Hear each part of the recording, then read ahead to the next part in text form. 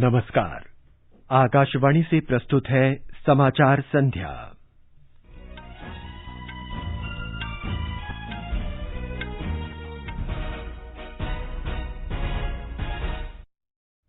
प्रधानमंत्री नरेंद्र मोदी ने बिम्स्टेक देशों द्वारा की गई क्षेत्रीय प्रगति की सराहना की।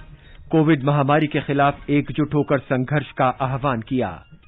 दैनिक कोविड मरीजों की संख्या कम होकर लगभग 1,14,000 हुई। देश में कोविड से स्वस्थ होने की दर 93.67% हुई। देश ने अब तक 23 करोड़ से अधिक कोविड टीके लगाने के साथ एक और बड़ी उपलब्धि हासिल की। नागपुर में 12 से 18 वर्ष के बच्चों के लिए कोविड वैक्सीन का ट्रायल कल से शुरू होगा। रूस के राष्ट्रपति व्लादिमीर पुतिन ने कहा, विश्व में रूस ही एकमात्र देश है जो कोविड वैक्सीन की तकनीक हस्तांतरित करने और विदेशों में इसके उत्पादन को बढ़ाने के लिए तैयार है। रेलवे ने देश के 15 राज्यों में 26,000 मीट्रिक टन से अधिक तरल चिकित्सा ऑक्सीजन की आपूर्ति कर रिकॉर्ड कायम किया। दिल्ली में कल से लॉकडाउन में और ढील दी जाएगी। दक्षिण पश्चिम मानसून पूर्वोत्तर राज्यों की ओर बढ़ा और तमारा जिदानसेक फ्रेंच ओपन टेनिस के grand slam singles quarter final में पहुंचने वाली स्लोवानिया की पहली खिलाड़ी।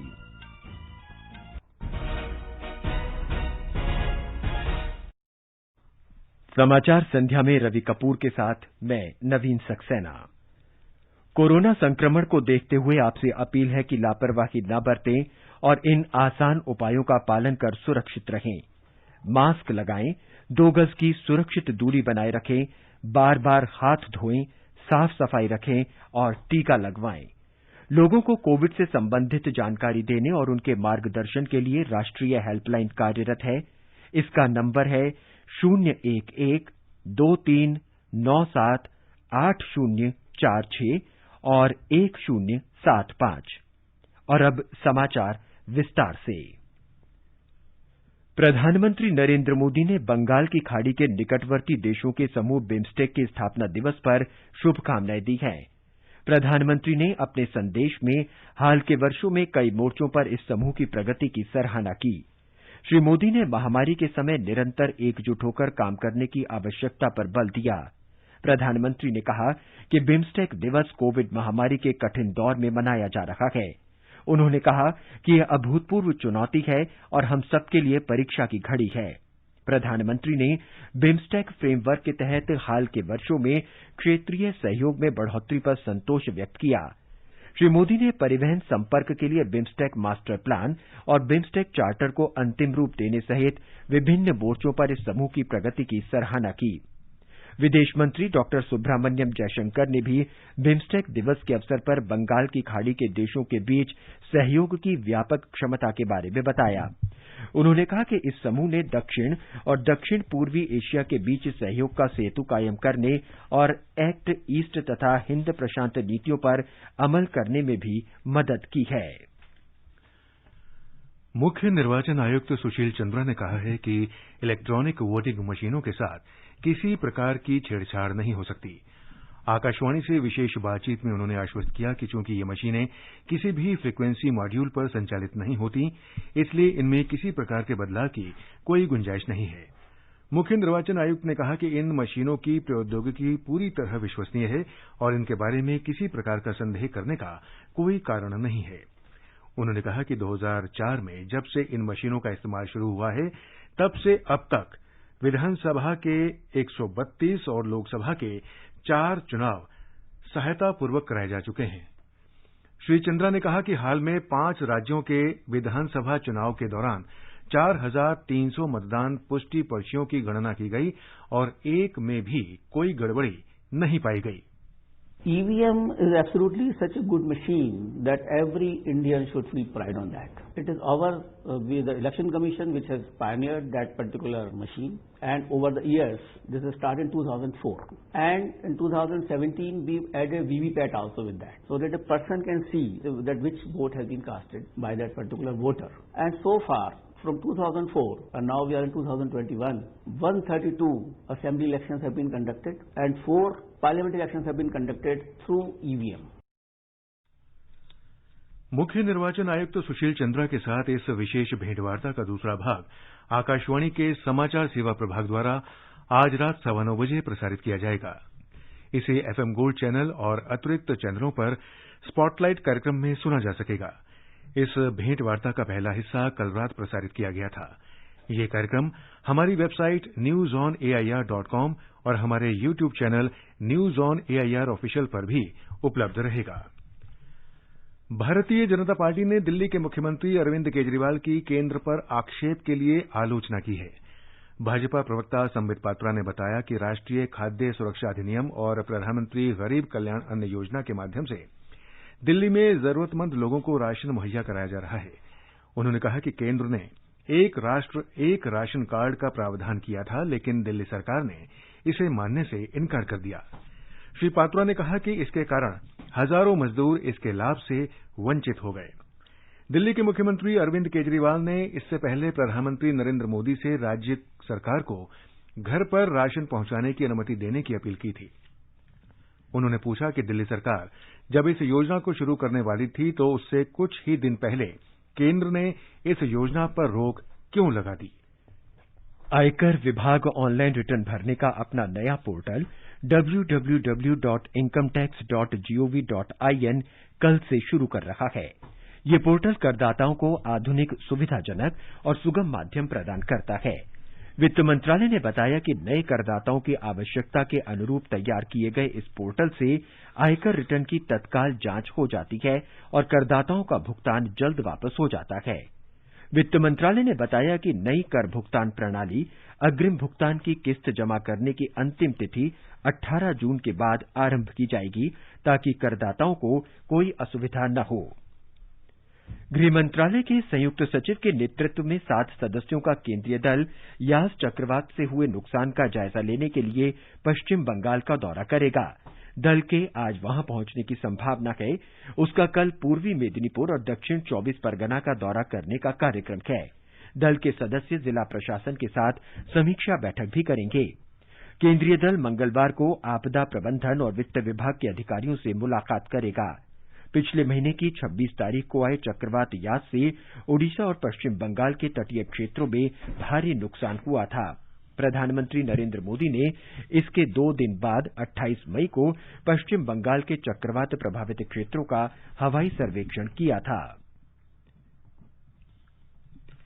राज्य के अधिकारियों के प्रारंभिक अनुमान के अनुसार चक्रवात से कृषि और संपत्ति को 20,000 करोड़ रुपए का नुकसान हुआ है। कोविड रोगियों की संख्या में धीरे धीरे कमी आने के साथ ही देश इस महामारी से मुक्त होने की ओर अग्रसर है। आज लगातार 10वें दिन नए मरीजों की संख्या 2 लाख से कम दर्ज हुई है। कल देश में 1,89,000 से ज्यादा लोग स्वस्थ हुए, जबकि 1,14,460 लोगों में संक्रमण का पता चला। संक्रमण के नए मरीजों की संख्या पिछले लगभग 2 महीने में सबसे कम है। इसके साथ ही देश में कोविड से स्वस्थ होने वालों की दर बेहतर होकर 93.67% हो गई है। स्वास्थ्य मंत्रालय ने बताया कि इस समय लगभग 14,77,000 लोग इस महामारी से संक्रमित हैं। भारतीय आयुर्विज्ञान अनुसंधान परिषद के अनुसार अब तक 36 करोड़ 47 लाख से ज्यादा कोविड जांच की जा चुकी हैं। परिषद ने बताया कि कल देश भर में 20,36,000 नमूनों की जांच के साथ ही दैनिक जांच का नया रिकॉर्ड बना है। वर्तमान में देश भर में 2,624 प्रयोगशालाएं कोविड नमूनों की जांच के कार्य में लगी हुई हैं। भारत ने कोविड वैक्सीन अभियान के अंतर्गत 23 करोड़ से अधिक टीके लगाने की बड़ी उपलब्धि हासिल की है। केंद्रीय स्वास्थ्य मंत्रालय ने बताया है कि पिछले 24 घंटों में 33,53,000 कोविड के टीके लगाए गए।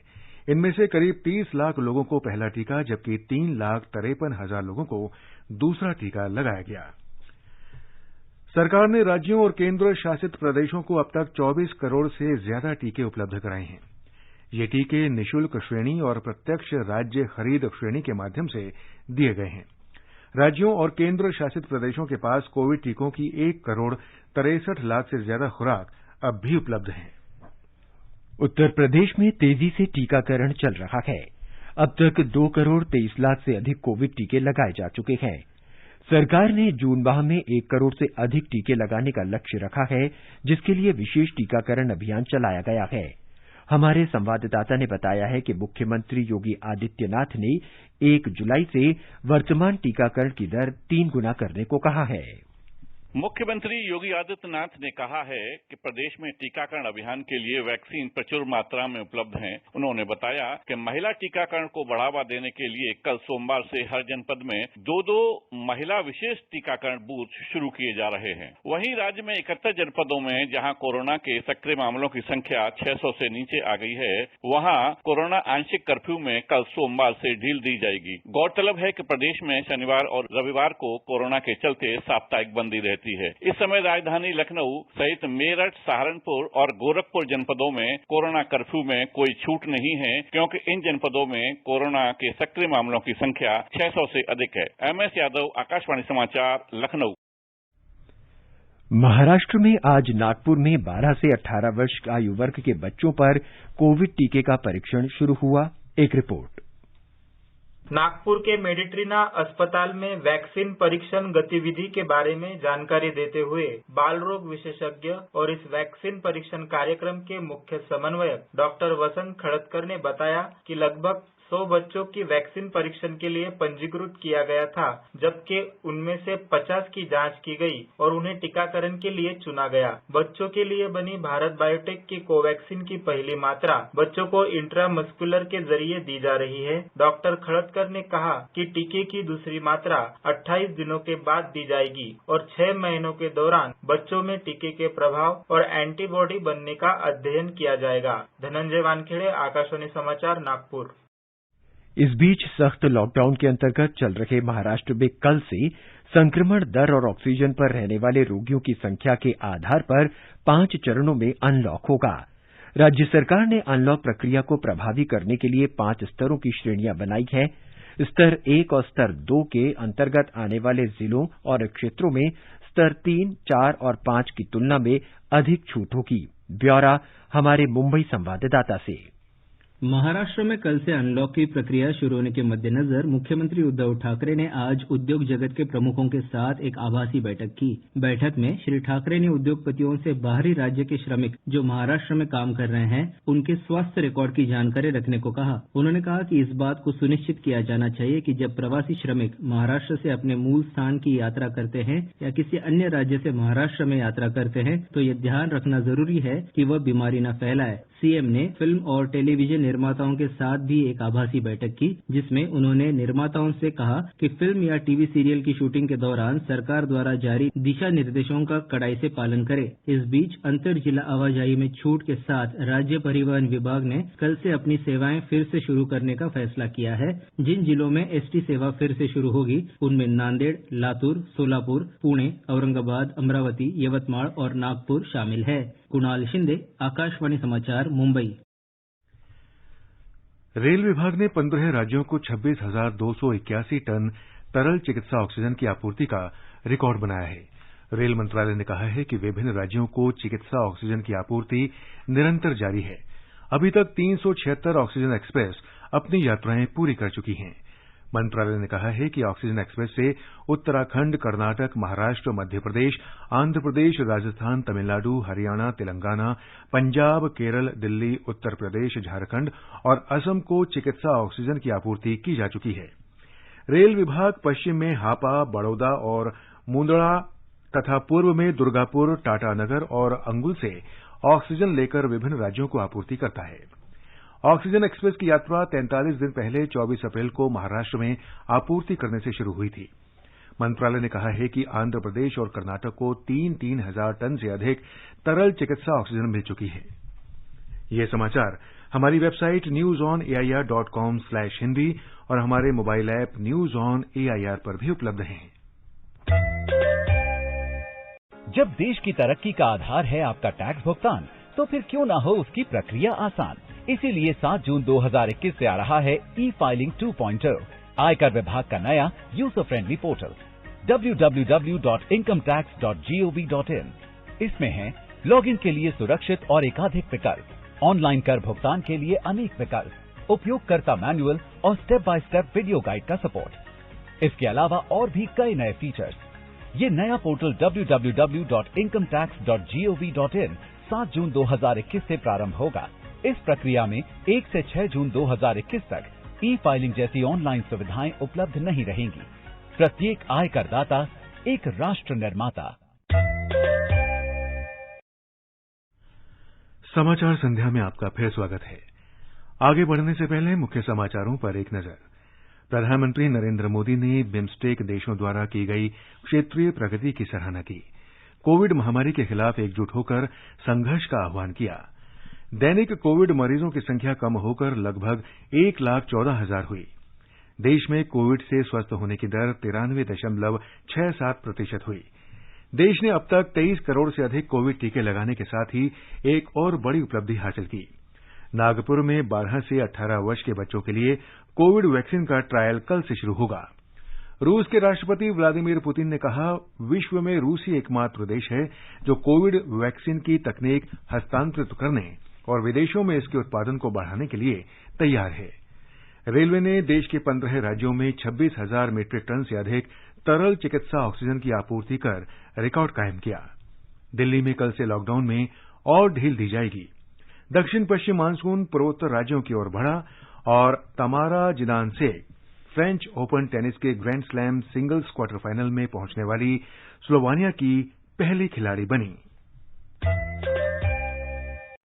चलो मिलकर एक शुरुआत करें, चलो एक फैसला आज करें, मास्क नहीं तो टोकेंगे, कोरोना को रोकेंगे, चलो एक इरादा करते हैं, चलो कुछ वादा करते हैं, मास्क नहीं तो टोकेंगे, कोरोना को रोकेंगे। दिल्ली में कल से लॉकडाउन में कुछ और ढील दी जाएगी। राष्ट्रीय राजधानी में अप्रैल से कोविड लॉकडाउन लागू है।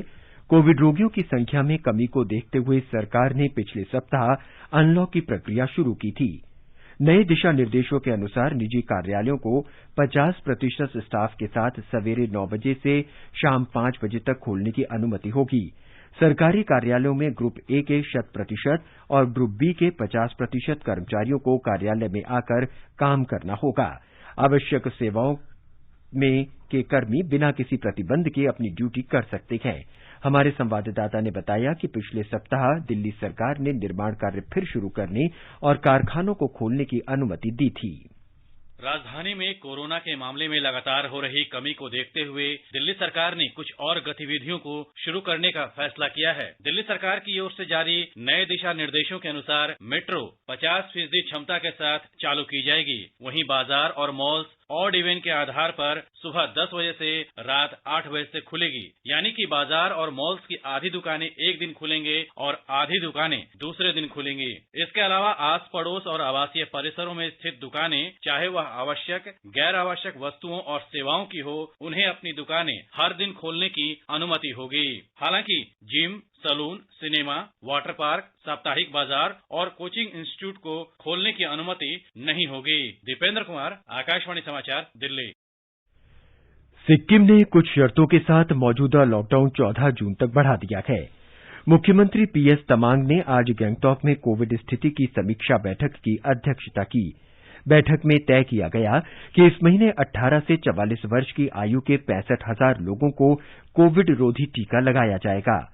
बैठक में म्यूकोरमाइकोसिस ब्लैक फंगस के इलाज के लिए एक टीम तैयार करने का भी फैसला किया गया। एक रिपोर्ट। 14 जून तक बढ़ाए गए लॉकडाउन में राशन, सब्जी और हार्डवेयर की दुकानों को सुबह 7 से दोपहर 2 बजे तक खोलने की अनुमति होगी। राज्य सरकार के दफ्तरों में 30% कर्मचारियों के साथ काम करने का निर्देश दिया गया है। इनके अलावा जारी लॉकडाउन के अन्य सभी प्रतिबंध 14 जून तक प्रभावी रहेंगे। आपात स्थिति, आवश्यक सेवाओं और कोविड-19 टीका लगवाने के अलावा आवाजाही पर प्रतिबंध जारी रहेगा। जहां कोविड-19 के मामले नहीं हैं, वहां मनरेगा कार्यों और कृषि कार्यों के लिए छूट रहेगी। आज की समीक्षा बैठक में राज्य में कोविड-19 की स्थिति में सुधार, संक्रमण दर में कमी, जांच में बढ़ोतरी और कोविड से ठीक होने की दर पर मुख्य रूप से चर्चा हुई। ऑक्सीजन, प्रमुख चिकित्सा उपकरण और दवाओं की उपलब्धता, टीकाकरण की प्रगति, ग्रामीण क्षेत्रों में घर पर पृथकवास में रहने वाले मरीजों को कोविड देखभाल किट और जरूरी सामान के वितरण तथा कोविड से संक्रमित होने वाले बच्चों के लिए आईसीयू सुविधा विकसित करने पर बातचीत हुई। इस बीच बीच रविवार को सिक्किम में 2548 सैंपल की जांच में 340 लोगों में कोविड की पुष्टि हुई और 5 की मृत्यु हो गई। गैंगटॉक से आकाशवाणी समाचार के लिए सैकत सरकार और परिजात शर्मा की रिपोर्ट के साथ समाचार कक्ष से शिव प्रकाश मिश्र।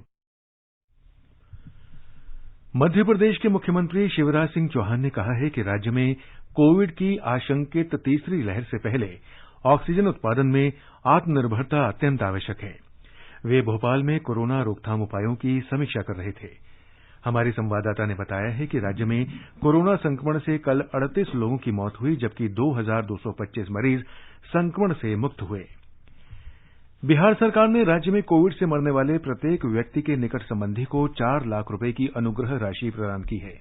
अभी तक 3727 मृतकों के परिवारों को अनुग्रह राशि दी जा चुकी है। ये राशि मुख्यमंत्री राहत कोष के अंतर्गत दी जा रही है। स्वास्थ्य मंत्री मंगल पांडे ने कहा है कि राज्य में अब तक कोविड से 5340 लोगों की मृत्यु हो चुकी है। श्री पांडे ने कहा कि सभी जिलों के जिलाधिकारियों को निर्देश दिया गया है कि वे राज्य में कोविड संक्रमण से मरने वालों की जानकारी दें। इस बीच बिहार में कोविड के नए मामलों में तेजी से गिरावट देखी जा रही है। राज्य में संक्रमण से स्वस्थ होने की दर बढ़कर 98% हो गई है, जबकि संक्रमण की दर घटकर 0.88% रह गई है। राज्य में 1,10,43,000 लोगों को टीका लगाया जा चुका है। केंद्र कोविड महामारी के दौरान लोगों की सुविधा के लिए बनाई गई राष्ट्रीय स्तर की 4 हेल्पलाइन नंबर के बारे में जागरूकता फैला रहा है। सूचना और प्रसारण मंत्रालय अपने विभिन्न विभागों के माध्यम से इन हेल्पलाइन के बारे में जागरूकता बढ़ा रहा है। विभिन्न हेल्पलाइन नंबर इस प्रकार हैं। कोविड संबंधी सवालों के जवाब देने के लिए स्वास्थ्य और परिवार कल्याण मंत्रालय की हेल्पलाइन है 1075। महिला और बाल विकास मंत्रालय की चाइल्ड हेल्पलाइन का नंबर है 1098। वरिष्ठ नागरिकों के लिए सामाजिक न्याय और अधिकारिता मंत्रालय का हेल्पलाइन नंबर है 14567 और मनोवैज्ञानिक सहायता के लिए राष्ट्रीय मानसिक स्वास्थ्य और तंत्रिका विज्ञान संस्थान निमहांस का नंबर है 080461100007। आकाशवाणी का समाचार सेवा प्रभाग आज कोविड पर अपने हिंदी और अंग्रेजी में एक विशेष फोन इन कार्यक्रम प्रसारित करेगा। ये कार्यक्रम आज रात 9:30 बजे से एफएम गोल्ड और अतिरिक्त मीटरों पर सुना जा सकता है। इसमें भाग लेंगे नई दिल्ली में एम्स के RP centre for ophthalmic sciences के प्रोफेसर और प्रमुख डॉक्टर जेएस टिटियाल। श्रोता हमारे टोल फ्री नंबर 1800-115767 और 011-2331-4444 पर अपने सवाल पूछ सकते हैं। ये समाचार आकाशवाणी से प्रसारित किए जा रहे हैं। ताजा समाचार जानने के लिए आप हमारे Twitter handle @AIR News Hindi को फॉलो कर सकते हैं।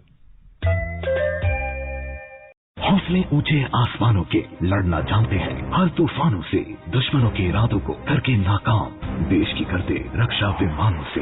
आप भी हिस्सा बनिए देश की जांबाज एयरफोर्स का, इंडियन एयरफोर्स का। भारतीय वायुसेना में भर्तियां 1 जून 2021 से प्रारंभ। ऑनलाइन अप्लाई करने के लिए careerindianairforce.cbse.in पर लॉगिन करें।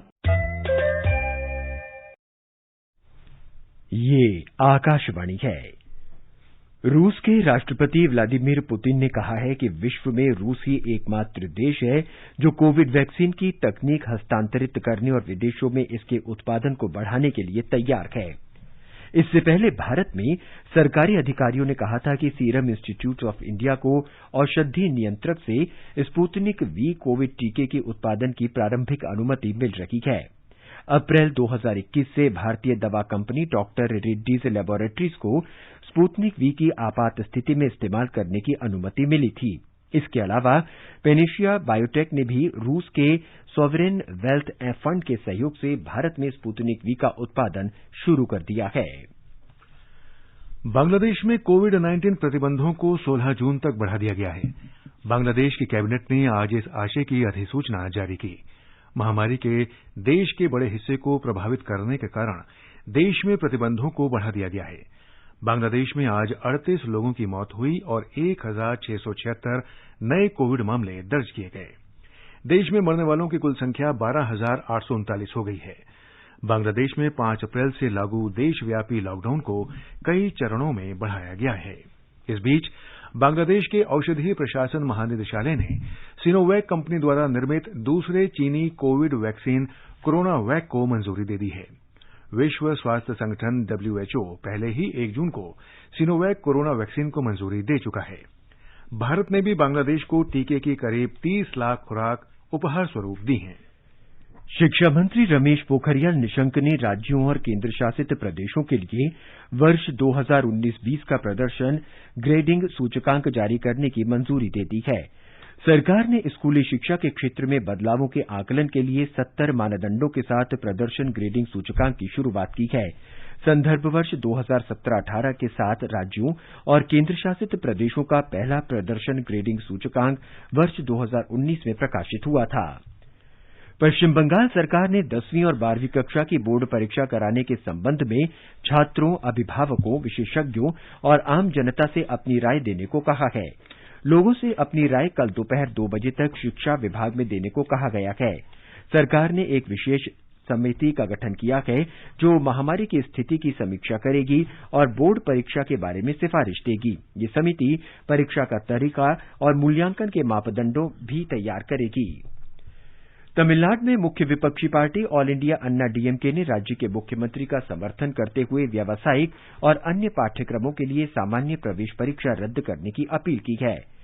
प्रधानमंत्री नरेंद्र मोदी को लिखे एक पत्र में पार्टी के समन्वयक ने प्रवेश परीक्षा रद्द करने और उच्चतर माध्यमिक कक्षाओं में प्राप्त अंकों के आधार पर छात्रों के प्रवेश के लिए राज्यों को अनुमति देने की अपील की है। फ्रेंच ओपन टेनिस टूर्नामेंट में पूर्व विश्व नंबर 1 खिलाड़ी रॉजर फेडरर ने तीसरे दौर का मैच जीतने के बाद टूर्नामेंट से हट गए हैं। फ्रेंच टेनिस महासंघ ने एक वक्तव्य में इसकी जानकारी दी। इस बीच महिलाओं में स्लोवेनिया की तमारा जिडेनसेक क्वार्टर फाइनल में पहुंच गई हैं। तमारा ग्रैंड स्लैम के क्वार्टर फाइनल में पहुंचने वाली स्लोवेनिया की पहली महिला खिलाड़ी हैं।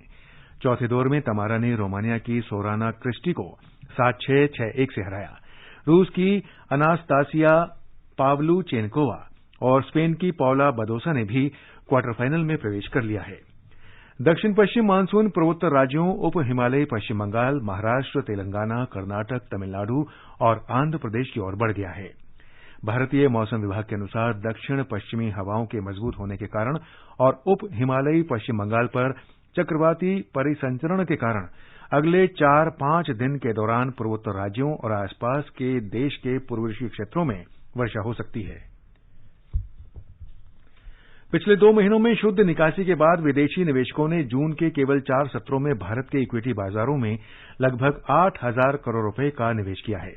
जमाकर्ताओं के अनुसार विदेशी पोर्टफोलियो निवेशकों एफपीआई ने 1 से 4 जून की अवधि के दौरान भारतीय इक्विटी बाजार में 7,968 करोड़ रुपए का शुद्ध निवेश किया। अंत में मुख्य समाचार एक बार फिर। प्रधानमंत्री नरेंद्र मोदी ने बिम्स्टेक देशों द्वारा की गई क्षेत्रीय प्रगति की सराहना की। कोविड महामारी के खिलाफ एकजुट होकर संघर्ष का आह्वान किया। दैनिक कोविड मरीजों की संख्या कम होकर लगभग 1,14,000 हुई। देश में कोविड से स्वस्थ होने की दर 93.67% हुई। देश ने अब तक 23 करोड़ से अधिक कोविड टीके लगाने के साथ ही एक और बड़ी उपलब्धि हासिल की। नागपुर में 12 से 18 वर्ष के बच्चों के लिए कोविड वैक्सीन का ट्रायल कल से शुरू होगा। रूस के राष्ट्रपति व्लादिमीर पुतिन ने कहा, विश्व में रूस ही एकमात्र देश है जो कोविड वैक्सीन की तकनीक हस्तांतरित करने और विदेशों में इसके उत्पादन को बढ़ाने के लिए तैयार है। रेलवे ने देश के 15 राज्यों में 26,000 मीट्रिक टन से अधिक तरल चिकित्सा ऑक्सीजन की आपूर्ति का रिकॉर्ड कायम किया। दिल्ली में कल से लॉकडाउन में और ढील दी जाएगी। दक्षिण पश्चिम मानसून पूर्वोत्तर राज्यों की ओर बढ़ा और फ्रेंच ओपन टेनिस टूर्नामेंट में रॉजर फेडरर टूर्नामेंट से हटे। रूस की अनास्तासिया पावलुचेनकोवा, स्पेन की पाला बडोसा और स्लोवेनिया की तमारा जिडेनसेक ने महिला सिंगल्स के क्वार्टर फाइनल में जगह बनाई। इसके साथ ही समाचार संध्या का ये अंक समाप्त हुआ। नमस्कार।